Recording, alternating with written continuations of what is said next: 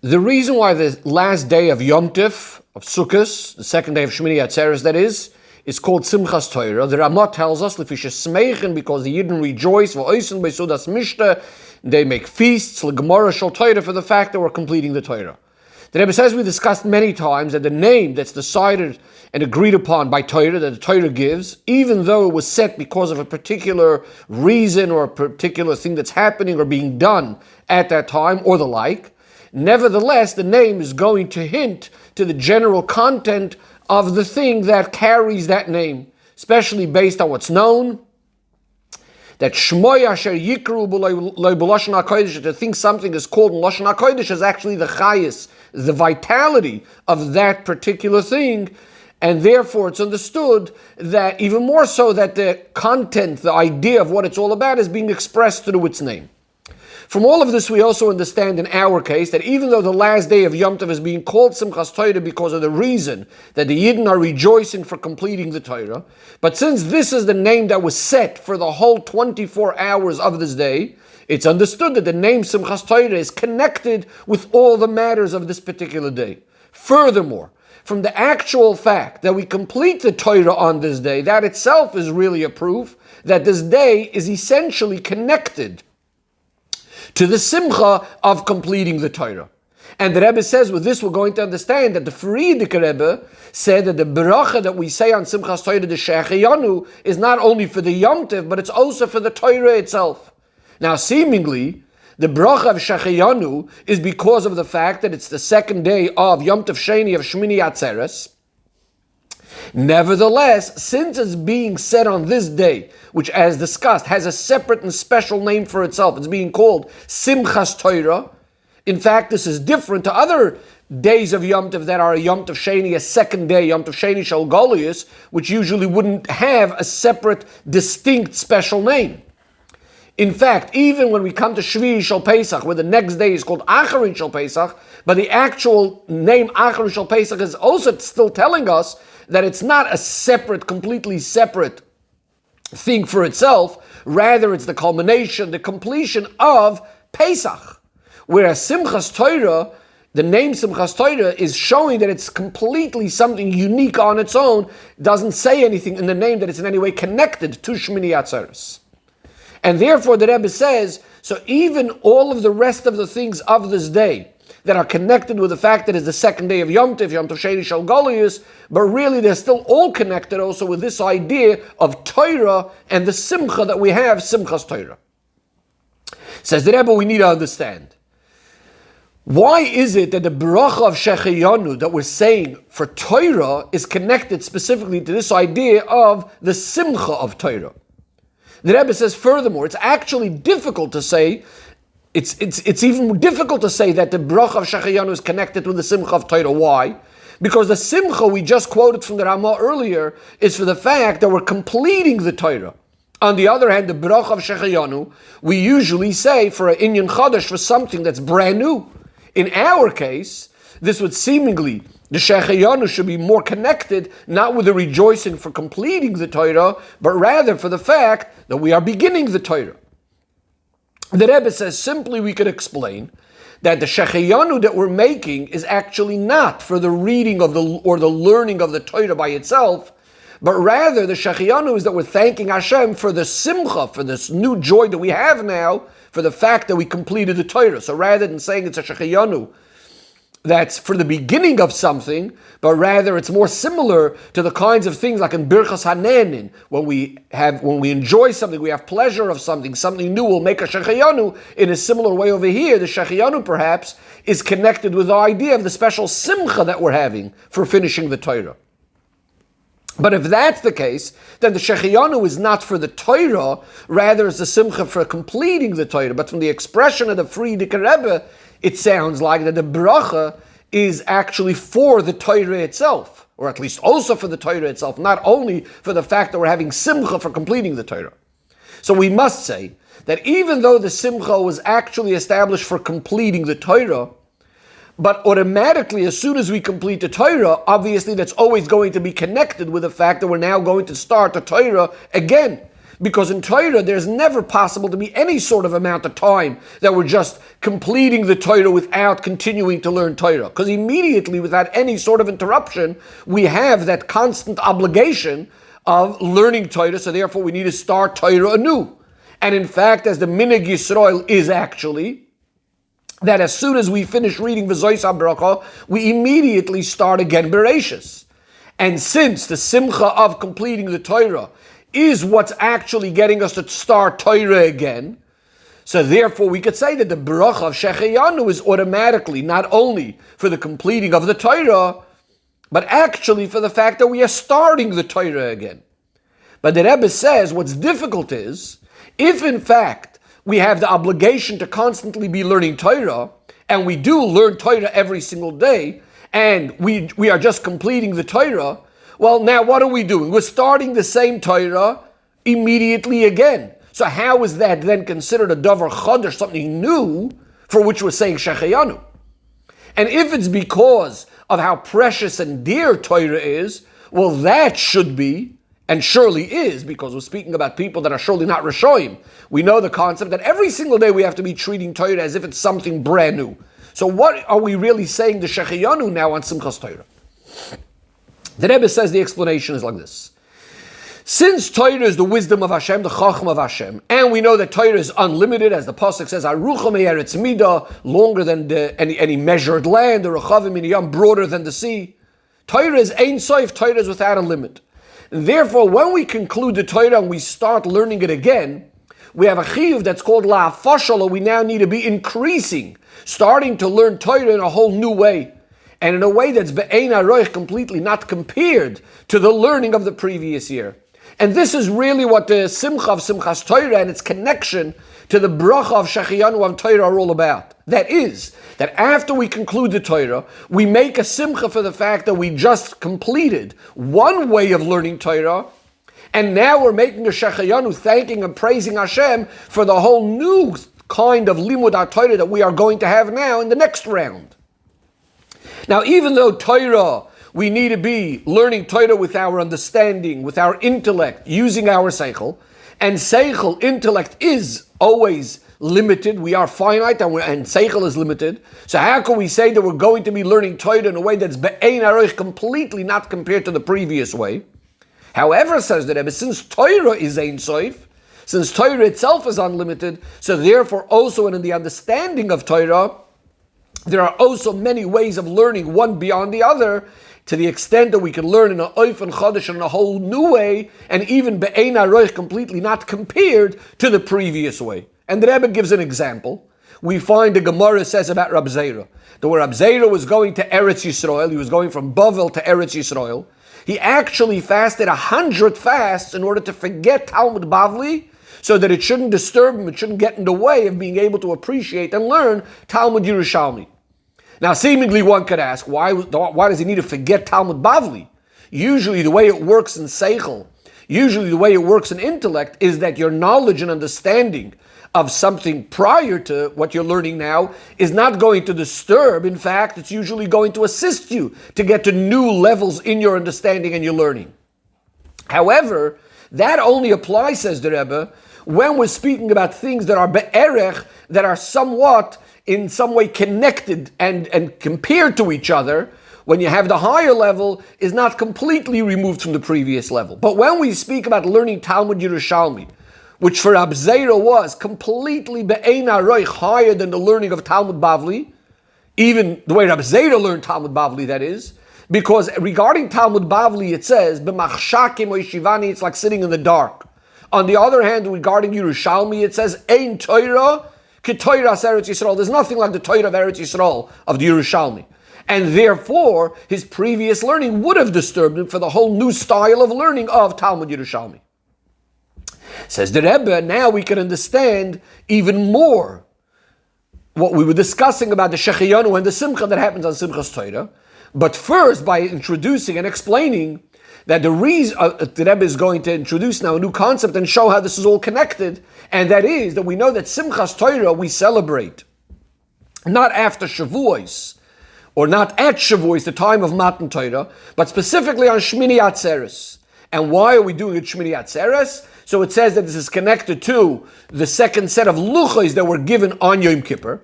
Now we know that when the Yidden were getting the second set of luchos on Yom Kippur, now they're on the level of Baalei Tshuva.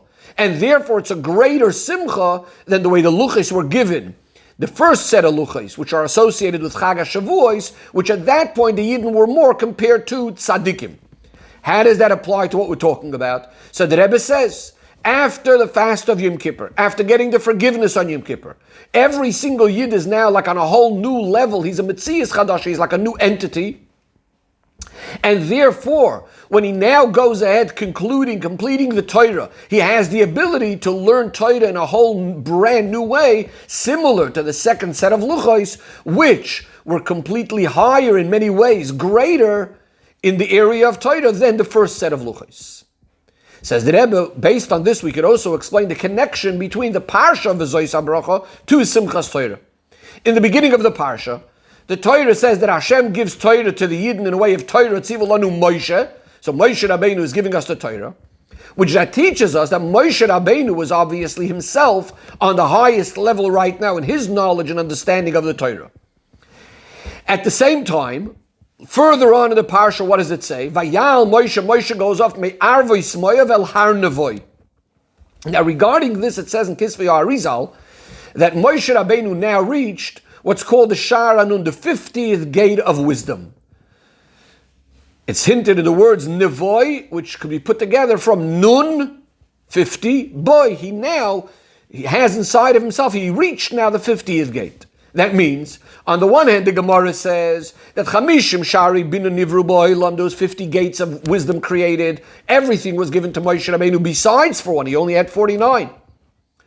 And all of that Moshe Rabbeinu has until the time of his passing away. However, right now in Parshat Zois HaBracha, close to the time of his passing, Nun Boy, he's now reaching even the Shar Hanun. Now this Shar Hanun, the 50th gate, the Shaloi Be'erich, is completely incomparable to the first 49.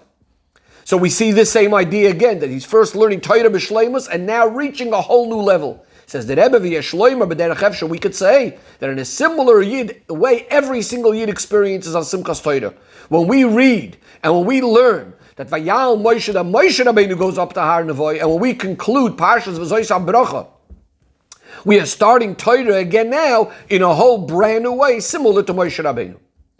Says the Rebbe, it's still not fully understood. We say that Simchas Torah is when we're concluding the whole Torah, and now we are starting Torah, learning Torah in a whole new way. But seemingly this wouldn't apply to each and every Yid. This would only apply to those people that have a great understanding of Torah, select individuals, so they could now reach whole new levels in their understanding of Torah. But what connection does this Simcha of Simchas Torah have to all Yidden? That they too should be able to rejoice on Simchas Torah and make this bracha of Shehecheyanu on Torah. Furthermore, the Simcha and Simchas Torah, as we know, is in a way that all the Yidden, from the leaders, from the greatest till the simplest, the wood choppers and the water carriers, are all rejoicing together in a similar way. As we see the Minig Yisrael, they're all dancing together, etc. But according to what we said, there should have been a difference in this kind of Simcha, the greatness of the Simcha. The main Simcha should be by those that are great learners and have a great understanding. The question becomes even more. If the whole point of Simchas Torah is connected with the Shehecheyanu, that we're now reaching a whole new level in the understanding of Torah, so how should have the Simcha expressed itself? It should have expressed itself in something to do with learning Torah. We should learn Torah in a greater way, both quality, quantity. In other words, and once we understand the Torah in a greater way, this is how we're going to celebrate and be b'simcha. But practically, what do we see? How do we celebrate Torah? Is by dancing with our feet. We're dancing, we're rejoicing with the Torah as it's closed, as it's wrapped up in its mantle, in its covering, in a way that we can't even look into the Torah. Says the Rebbe, we're going to understand all of this by first explaining the Nusach HaBracha of Shecheyanu v'Kimanu v'Higiyanu L'Zman Hazeh. Which, as we know, the Nusach of the Brachas were established by the Anshe Knesset HaGdolah, so we understand how accurate and precise the words are. So, if that's the case, we need some clarification in the Nusach of the Bracha. Number one, what are the three expressions? What's each one teaching us? Shecheyanu, Kiyamanu, and Higiyanu. Number two, the order of how we usually think is usually from the smaller thing, and then we move on to bigger thing. We're thanking Hashem for something smaller, then moving on to the bigger things. What's called loizu, avzu. Not only this, Hashem, you did for us. Wow, you did even something even greater. So that's the way it usually works. If that's the case, let's look at shecheyanu and the kiyamanu. Kiyamanu means that something just exists. Shecheyanu means that the thing is also alive, as the Friedrich Rebbe actually also says in that Sicha. So first we should seemingly thank and say kiyamanu, that we exist, and then add even more the greater thing, that not only we exist, but there's also chayis, there's also life. The Rebbe brings that it says in the Roikeach that the three expressions of shecheyanu, v'kiyamanu, and v'higiyanu correspond to a pasuk in Tehillim we say in davening, halali nafshi es Hashem. That's one expression. Ahalalu Hashem b'chayoy, and azamru lelekai ba'oidi. But the Rebbe says that itself needs clarification. What are these three inyanim being mentioned in the pasuk, and how are they connected and hinted in these three words of shecheyanu, v'kiyamanu, and v'higiyanu? So the explanation is, when we speak about thanking and praising, that a person thanks Hashem for the fact that he's existing and living up until this point, seemingly there could be a big question. Was life up until now really in a way that we are really so happy and thanking Hashem, Shecheyanu, that we lived every moment until now? In other words, it's possible that most of a person's life was not exactly a very enjoyable, pleasurable, comfortable life. In fact, it could be exactly the opposite. It could be that there was many times of tsar, of pain, of anguish, agmas nefesh. The Rebbe says it's known, the svara of Chokrim, of Jewish philosophers, regarding mankind in general, that if we make a full calculation of all the different periods in a person's life, it's possible that the times that were not exactly good and enjoyable were much more than the pleasant and good times. In fact, to use the lashon of Chazal, that noyach lo shaloi nivra, it's possible a person could come to the conclusion that it would have been better that he wasn't even born, that he's not even around. And even if there's an individual person, when maybe it's not so sure that he had so much difficulties in his life, but at least if there's still a suffix, there's still a doubt, and therefore if he's not sure that most of his life was really so good and everything was so good, so isn't there a question on the bracha, how was he really so happy and thanking Shecheyanu that I lived lizman hazeh up until this moment, for every moment of my life up until now? Says the Rebbe, this is actually why we say the word Shecheyanu before the word V'kiyamanu. Because as the Rebbe is soon going to explain, that Shecheyanu is really referring to a life of Torah. And the Rebbe explains, what does Shecheyanu mean? Just like life in the simple sense, life opposite of death, of a person is in a way, the life of the person, the vitality, is from his head down to his feet exactly equal. That means you wouldn't say regarding a person's body that one part of the body is more alive than the other part of the body. Says the Rebbe the same thing over here when we say the word Shecheyanu, we're speaking about a kind of chayas that encompasses every aspect of the person. And therefore, because he has this chayas, that's why, because of the Torah basically, as we're about to explain, that's why he's thanking Hashem. And the Rebbe explains why that is. Without Torah, in fact, like we said before, we can't really say that by a person, most of his time is the kind of life and chayas that he should be so thankful for, be thanking Hashem for it. And that is even if the times of good are outweighing the times that are not so good, nevertheless, there's still plenty of time that he's not feeling such chayas, such lebedikait, such vitality, such enthusiasm, such excitement. Because for most people, and our Torah ala rov tedaber, Torah speaks about the majority of people, generally by most people, a huge part of the day, most of the day, is connected to matters of eating, drinking, sleeping, which a person's chayas is not really about these kind of things. That's not really the person's koch, is not really the person's purpose, his inner desire. In other words, that's not really where his geschmack is. Even business is, which again, these are not the kind of things that a person is doing because he's interested in these things as a goal for themselves. That's not where his chayis, his geschmack is really all about. What's he involved in these things? He's doing it more with his what's called his chitzoni yisarot, and it's more in an outwardly way, because in other words, he needs to have his needs. He needs to get his parnasa, the parnasa for his family, so he gets involved in business. And in a similar way is also his eating and drinking and all these things. That's not what it's all about. That's not where his main geschmack is. However, says the Rebbe, a Yid, it's mainly connected with what? With Torah, Torah's Chayim. And he wants that his whole life should be according to Torah. So then everything that he does, his machshava, his thought, his speech, his action throughout the whole day are all permeated with a chayis of Torah. Because even when he's involved in business and the like, he's always fulfilling what the Torah is telling him, that it should be, first of all, done in an honest way. And more so, that everything he does is for the sake of Hashem. And even more than that, that everything he does is in a way of getting to know Hashem better. It's all for Hashem. So in other words, for this person, up until this moment of his time, Lizman Hazeh, yes, every single moment of his life, what was he interested in? What does he want? It should be all in a way of chayis, in a way of atem adveikim b'Hashem lekechem chayim. Every moment of his life is connected to Hashem. And therefore he can be thanking Hashem, Shechayanu, that I lived a Torah life, basically. Lizman Hazeh, up until this point, that everything that I'm here for, every moment of my life, is connected with real chayis. Says the Rebbe, now we can understand why V'kiyimanu is coming to add another point after Shechayanu, which we said before, seemingly V'kiyimanu, the fact that I exist, is less than the fact of life. So why am I adding that afterlife? So the Rebbe says the explanation is like this. Life, vitality on its own, not necessarily has to be by the neshama inside of a physical body. On the contrary, the concept of chayis exists by malachim, and in even a more revealed way than a neshama inside of a guf. So too, you have a neshama up above before it comes down, lamata, is standing in a constant great bittul and connection to Hashem, and therefore they have even a greater chayis. And this is what we mean with V'kiyimanu. We're coming to add a special praise, an additional thing, that the chayis of the neshama is coming down into the guf. That's the pshat shechayanu, V'kiyimanu. In other words, the guf is something that exists. Technically, it could have been existing even without chayis. Just in a way of V'kiyimanu that it exists, meaning to say that it doesn't feel the ruchni is the chayis.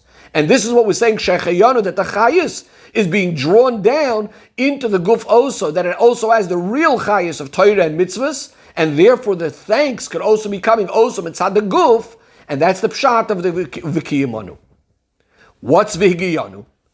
Says the Rebbe, based on all of this, what's the thanks that we're giving for Higiyanu? So the Rebbe quotes now again from the Sicha of the Friedrich Rebbe, from a different Sicha, where the Friedrich Rebbe translated the word V'higiyanu from the word Yigiya, like the Rebbe says the Yiddish word einmateren, in other words, tiring ourselves out, really putting in effort and toil, basically. Putting in energy. And the Rebbe asks the question, what would be so great about that V'higiyanu is that we're actually toiling or working hard? Seemingly, that's actually nothing to do with Shechayanu. In fact, even when we have something very, very great, but if there's any sort of pain associated with it, we wouldn't actually make a Shechayanu. The Rebbe gives an example we find by a bris milah, that one of the reasons why we actually don't say the bracha of Shechayanu, even though it's a tremendous mitzvah, and it's something that it says that the Yidden were makabel this mitzvah b'simcha, and nevertheless, because there is pain involved, the pain of the baby, we don't say Shechayanu. So what is the pshat v'higiyanu, that we're being tired out through the Torah, so to speak, or we're toiling in the Torah, we're exerting ourselves in the Torah, and yet we're saying v'higiyanu as part of the bracha of Shechayanu? Says the Rebbe, the explanation is because when we get something as a gift, without any avodah, without any effort and toil, we call it nam d'chisufa. It's called bread of shame. In other words, you don't really appreciate it. You're embarrassed with it. And that's why you don't have the real simcha for it. On the contrary, it actually awakens in the person a feeling of shame. However, when you receive something through your own effort and toil, then it's much more precious, and that really brings out the greatest simcha. This is similar to what the Razal say, a person would much rather his own kava, name of a small measure, one kav of his own, he'd much rather that than receiving 9 of the same from his friend. Says the Rebbe the same thing over here. When can there be the real proper simcha of Shechayanu and Kiyamanu, that we're thanking the Eibishter for the fact that Shechayanu, that we lived up until this point, as we said before, with the chayas of Torah and brought it down into our guf, is when the Shechayanu and Kiyamanu is coming through our own effort, through our own exertion. Whereas when the chayas al pi Torah, in all of his matters, even in his guf, would have come without that effort, it would have just sort of been there on its own, then the shleimus ha-simcha wouldn't have been there, and therefore he wouldn't be able to be thanking the Eibishter to the same degree. Says the Rebbe, this v'higiyanu diyagiya is not only a reason or a condition that we should be able to be thanking Hashem for the shechiyanu v'kiyamanu, rather what we're saying is that the actual yagiya itself, the actual effort itself, is causing the person simcha and tainik that he could have this yagiya. And therefore, he's specially thanking Hashem for this, for the v'higiyanu, for being able to put in that effort. The Rebbe now goes back to the roikeach that we quoted earlier, relating shechiyanu to the pasuk of Halali Nafshi Es Hashem. Says the Rebbe, now we can explain what the roikeach said in the three expressions in shechiyanu are corresponding to Halali Nafshi Es Hashem. Ahalalu Hashem b'chayoy, as amru l'kai boidi. So the Rebbe says, Ahalalu Hashem b'chayoy corresponds to the idea of the life of the neshama. As we explained before, that's the shechiyanu. Azamru l'kai boidi is connected to the kiyamanu. We explained that kiyamanu is to do with the guf, with the body. And the Rebbe is quoting now from Tanya, where the Alter Rebbe says that Azamru l'kai boidi, oidi is actually referring to the guf, which oidi means like something secondary. It's only secondary to the neshama. And finally, the Rebbe says, "Ahalali nafshi es Hashem." That's hinting to the higiyanu, to yigiyah, to effort, to exertion, because yigiyah is specifically something that you put in nafshi. You put your whole soul into it. Says the Rebbe. Now we could go and understand the idea of making the bracha of shechiyanu on Simchas Torah. That is, after the Yidden read the Torah and learned the Torah throughout the whole year, and we completed on Simchas Torah. What's happening now is there's a whole new level of oil coming down from Ein Sof, so to speak, coming down from Hashem into the Torah. And therefore, when Yidden start reading the Torah again and learning the Torah again, so kevayachal, so to speak, it's like a new Torah in a certain sense. And therefore, all Yidden are rejoicing, all Yidden are making shechiyanu. But more particularly, there are the three things of shechiyanu, v'kimanu, v'higiyanu. To each and every Yid, it's going to be according to his own level. That is, by the Balei Torah, by those that sit and learn Torah, the Yosh v'yoyel, by them what's mainly going to be is a whole new learning and understanding Torah in a new way. That's what Shechayanu means. And that's where the V'higiyanu, the main Yigiyah, is going to be mainly in that area of understanding Torah on a deeper level. And there's also V'kiyamanu, as we said, that automatically when you learn Torah in a whole new way, so obviously also there are avoida in their guf and in the world, which for that, the Balei Torah are spending less time on, a minimal amount of time. That's also going to be, obviously, in a renewed way. On the other hand, by the Mori Uvdin Tavim, by those that are mainly involved in doing good deeds, in mitzvahs, Balei Esek, people involved in the workforce, in business. So even though they might not have a whole new level of their understanding of Torah, but nevertheless, because we just said there's a new oil coming down in Torah, so that causes by them also a chiddush in all three areas of shechiyanu, v'kiyamanu, v'giyanu on their level.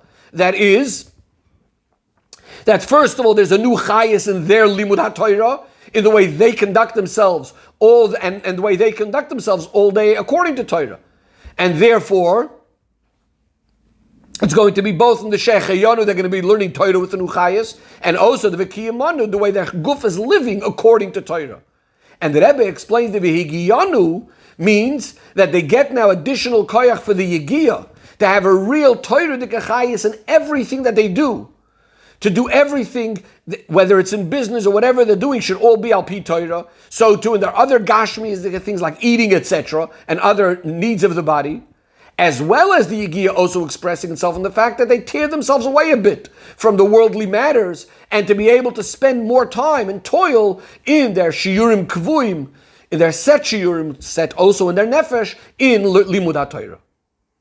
Says the Rebbe, based on this, we're now also going to understand the connection of Simchas Torah and the bracha of Shechayanu to Parsha V'zois HaBracha. Because seemingly, since Torah is Havana v'Hasag, it's all about understanding, how do we actually say that it also impacts all of the matters of the person that are not within that world of Seichel, not connected to intellect and to Seichel? So the Parsha teaches us. We have a pasuk that says, Miminoi eish dos lomoy. The Torah is compared to a fire. Says in the Sifri, Ma eish, just like fire. Anyone that handles fire, his body is going, it's going to leave an impression on his body. So too, Yidden that work hard in Torah, so they are also, it's noticeable on them, amongst other people, it's noticeable that these are people that learn Torah. Talmud Chacham. A Talmud Chacham is noticeable, the way he walks, the way he speaks, the way he dresses, goes in the street, and as the Rambam discusses many, many more details in this. So in other words, Torah does impact also all the other parts of the person. If that's the case, as the Rebbe, we could ask the other way the question. We could understand that regarding Talmidei Chachamim that are now learning Torah in a whole new, renewed way. So we understand that the renewal of Torah is also going to be impacted in everything, the way they walk, the way they talk, the way they do all other things, like etc. But by a regular Yid, it's not a Talmud Chacham. How is it going to be by him a chidush in Torah that's happening in Simchas Torah that should impact all of the rest of his life if he doesn't have that renewal in the learning itself? So it should also impact him itself, that he should be able to rejoice to that extent of Shechayonu. So says the Rebbe, we have another pasuk in our parsha. Torah tzivul anu Moshe moirasha. Torah is a Yerusha to each and every Yid. And we know that the halacha by Yerusha is that it makes no difference the age of the person that's getting the Yerusha. Torah is something that every single Yid gets the Yerusha, and therefore, when it comes to the renewal in the oir of Torah, and Simchas Torah, so every single Yid gets this renewal and the Hoysafa in his conduct and his chayis according to Torah. And therefore the main Simcha of Simchas Torah is specifically by Hakafais, not through reading the Torah, not through learning the Torah. It's specifically through his physical actions of dancing, etc. with the Torah itself. Because the main Simcha of Simchas Torah is not so much about the understanding of Torah, but mainly the fact that Torah is Shechayanu, makes us alive in every single aspect of ours, all the way down to the very, very physical Ma'aseh B'Poel.